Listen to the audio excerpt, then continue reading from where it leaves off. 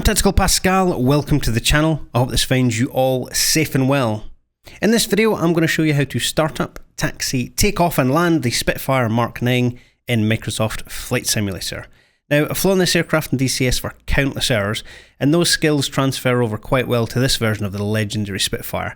There are a few differences, so stay tuned for my hints and tips to make this a relatively simple process so you can enjoy cruising around the virtual skies in your very own piece of aviation history. The Spitfire Mk IX was made by Flying Iron Simulations for Flight Simulator, and I'll be honest, it's a really good addition to your sim hangar. Yes, you can't use the weapons and stuff, but it's great to fly around. I will do a full review soon, so if you haven't already, click that subscribe button and make sure you hit the notification so you know when that review comes out. So here we are in the absolutely gorgeous cockpit of the Spitfire. Now the startup is very simple, not many steps to go through. So we're going to start over here on the left hand side. We're going to take the air screw control, move that all the way forward. We're going to take the carburetor control lever, move that forward, and then underneath the trim wheel there's a little fuel pump switch. We'll click that on. Now you could use the wobble cock to prime it, or you could just turn on the fuel switch. You need to remember to put the fuel switch on at high level. I tend just to leave it on at the start because it doesn't have an effect. Next, bring up the fuel shut-off lever. Then we're going to rotate this little handle, and then we're going to left click and right click 5 or 6 times to prime the engine. And then we'll rotate to close it. Now we open the starter and boost coil covers, turn on the magnetos, and then we're going to press the starter, then press the boost after we've cracked the throttle till it says down, and then you bring the throttle back so it's only about a quarter. So this is your landing gear indicator saying your gear is down and locked. So the throttle's cracked just a little bit. So I'm going to press the starter and then the boost coil. That's the engine started. Easy peasy. Like I said, the startup process is simple. There's only 10 steps to follow and they go like this. So step 1, ensure the brakes are set. Step 2, air screw control lever fully forward. Step 3, crack the throttle until the landing gear light that says down comes on, and then bring it back to about a quarter inch or so it's open. Step 4, carburetor air control lever fully forward. Step 5, turn on the fuel pump switch. That's just underneath the trim switch, or the trim wheel rather, on the left hand side. Now you don't need this on if you stay in low level. You will need to use the wobble cock to start up, but if you're going to go high level, just turn it on. I find turn it on, it doesn't really matter, there's no effect. Step 6, fuel cutoff handle to up and on. Step 7, unlock the priming handle and prime the engine 5 or 6 times by pressing left mouse and then right click. Step 8, open the boost coil and starter switch covers. Step 9, turn on the magnetos. And then step 10, press the starter button and boost coil button, and voila, your startup is complete.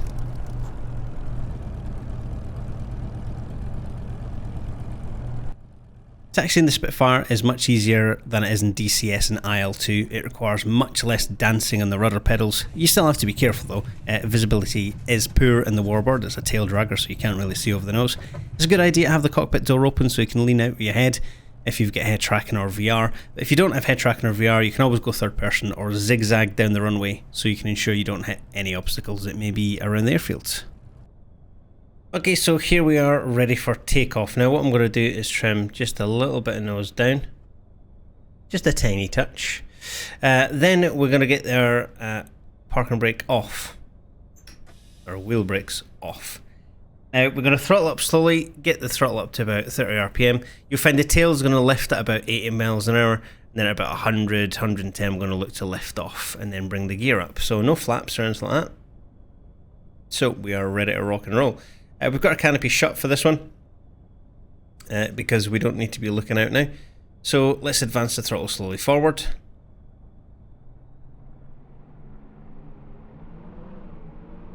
Get ready on the right pedal as you pass about 25 on the RPM. Tails up, throttle up, continue to 30, dancing on the rudder slightly. There's 80 miles an hour. There's 110, up we go. Okay, airborne gear coming up. You get random sounds in this module as you take off.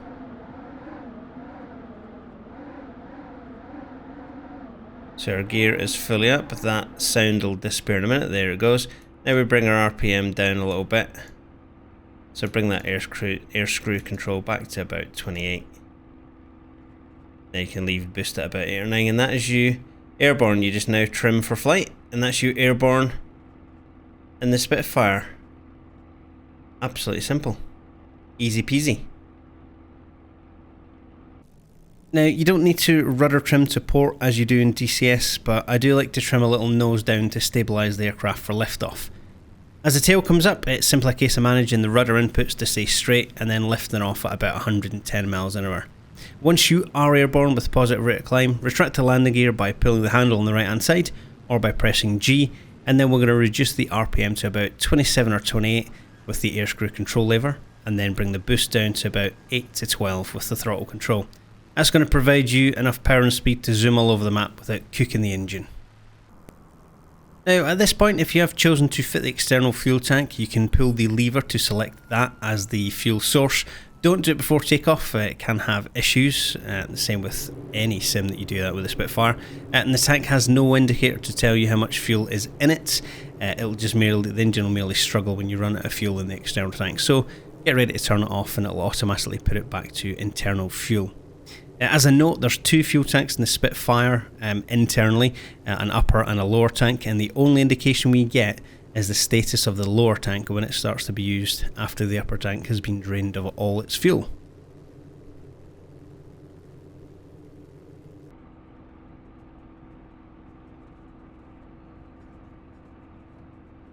So what we'll do now is we'll go for a landing back at our airfield. So just roll those wings level, we'll have a look over. So we're doing 220 miles an hour. We can see the runways over there. Now we'll do what the same approach that we do in DCS, and the same approach that used to do in World War II. So we'll do a midfield brake. So we're going to come down the runway we've just taken off from. So we're going to come down there, up and away, and then back into land. So we're going to be coming in on runway 15. So I'm just going to give myself a little bit of separation, not bothered about my speed now because I'm going to bleed all that when I turn. Now it's important, it says there flaps must not be down or lowered above speeds 160 miles an hour. We're going to use 160 as our speed for flaps and gear. So we're going to bank in towards the runway, doing 220 miles an hour as we turn down here. Then we're going to fly over the runway, a couple of 100 feet. And we're going to pull up and away to the left when we do our midfield brake. It is more difficult to land in this than DCS. It's a lot twitchier on the brakes. It's a lot easier to taxi, but it's harder to land, that I found. So here we come, heading down runway 15. Flying along, we've got our boost there set at 8. We're doing 220 miles an hour. Trimmed for this speed. Okay, there's midfield brake, so we are going to chop the throttle and then we're going to come up and away. That speed's all bleeding off now. There's 180. There's 160 now, so flaps down, gear down. We made a very tight turn, so we're just going to rotate around there a little bit. And then now we don't want our speed to go below 100 miles an hour. So we're going to sit in this gentle left-hand turn at 120 miles an hour. And as we cross the threshold, we're looking for about 100 to touch down at about 90. And we're going to try and get all three wheels touching at the same time in a little triangle there. So we're coming left, descending very slowly towards the field, still holding that 120 in the turn. As we bank, add a little bit more power because of course you lose lift. So if you need to tighten your turn, add a bit of power to maintain 120. Now we're beginning to level off our turn a little bit so we can start to come back on the power. Back on the power even more. Chop the throttle. Reduce air screw control if you need to a little bit.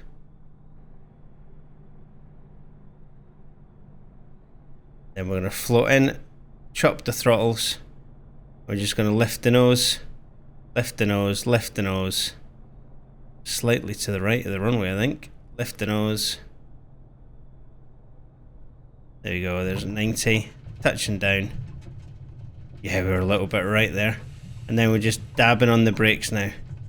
Tapping those brakes You can pull the tail down to try and keep it stuck to the ground.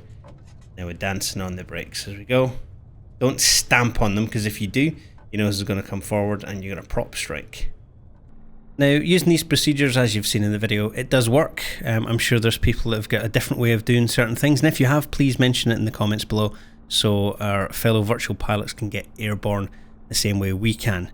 Now, if this video has helped, please click that like button so more people can see it and get flying in the Spitfire, and of course consider subscribing if you haven't already. If you want to see early access videos, behind the scenes content, or come fly with me, check out my Patreon and hear the legends who are already supporting the channel. Click legends. If you have any questions or comments, please of course make them in the description below, and I'll try and get, well, the comments below, not the description, the comments, and I'll try and get back to you. And again, like I said, if you feel I've missed something or there's something extra you'd like to know, let me know and I'll get back to you. I'll be releasing a review of this module soon and doing a comparison of this, the IL-2 version, and the DCS version to say who built it best. Even though this one does not get guns, but still, who built it best? Which one do I prefer flying? Well, that's it for now. Thank you very much for watching. I'm off to buzz the tower. Until next time, Tactical Pascal, out.